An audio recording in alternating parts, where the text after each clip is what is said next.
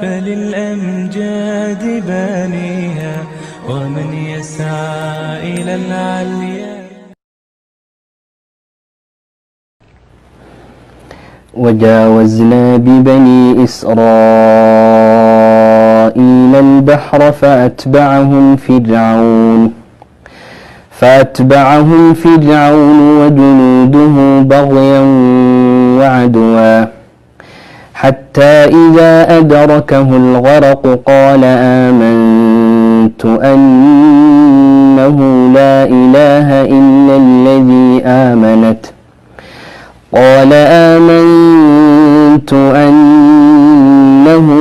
إله إلا الذي آمنت به بنو إسرائيل وأنا من المسلمين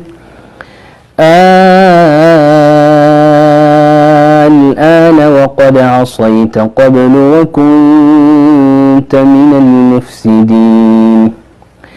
فاليوم ننجيك ببدنك لتكون لمن خلفك آية وإن كثيرا من الناس عن آياتنا لغافلون ولقد بوأنا بني إسرائيل مبوأ صدق ورزقناهم من الطيبات فما اختلفوا حتى جاءهم العلم إن ربك يقضي بينهم يوم القيامة فيما كانوا فيه يختلفون فإن كنت في شك مما أنزلنا إليك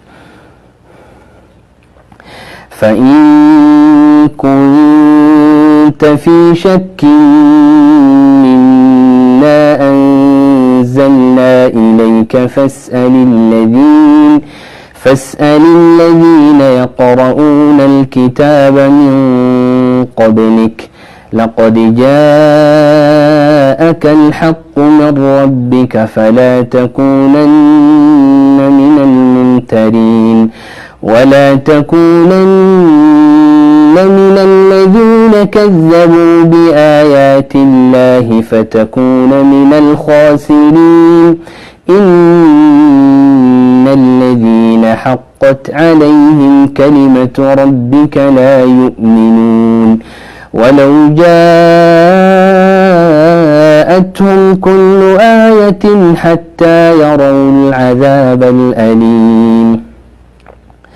فلولا كانت قرية آمنت فنفعها إيمانها إلا قوم يونس لما آمنوا كشفنا عنهم عذاب الخزي في الحياة الدنيا ومتعناهم إلى حين ولو شاء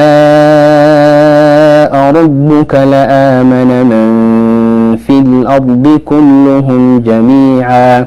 أفأنت تكره الناس حتى يكونوا مؤمنين وما كان لنفس أن تؤمن إلا بإذن الله ويجعل الرجس على الذين لا يعقلون قل انظروا ماذا في السماوات والأرض وما تغني الآيات والنذر عن قوم لا يؤمنون فهل ينتظرون إلا مثل أيام الذين خلوا من قبلهم قل فانتظروا إني معكم من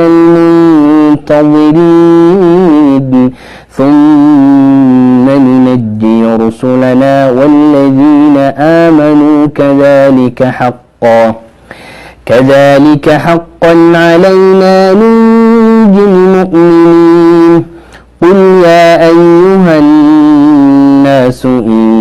كنتم في شك من ديني إن كنتم في شك من ديني فلا أعبد الذين تعبدون من دون الله ولكن أعبد الله الذي يتوفاكم وأمرت أن أكون من المؤمنين وأن أقم وجهك للدين حنيفا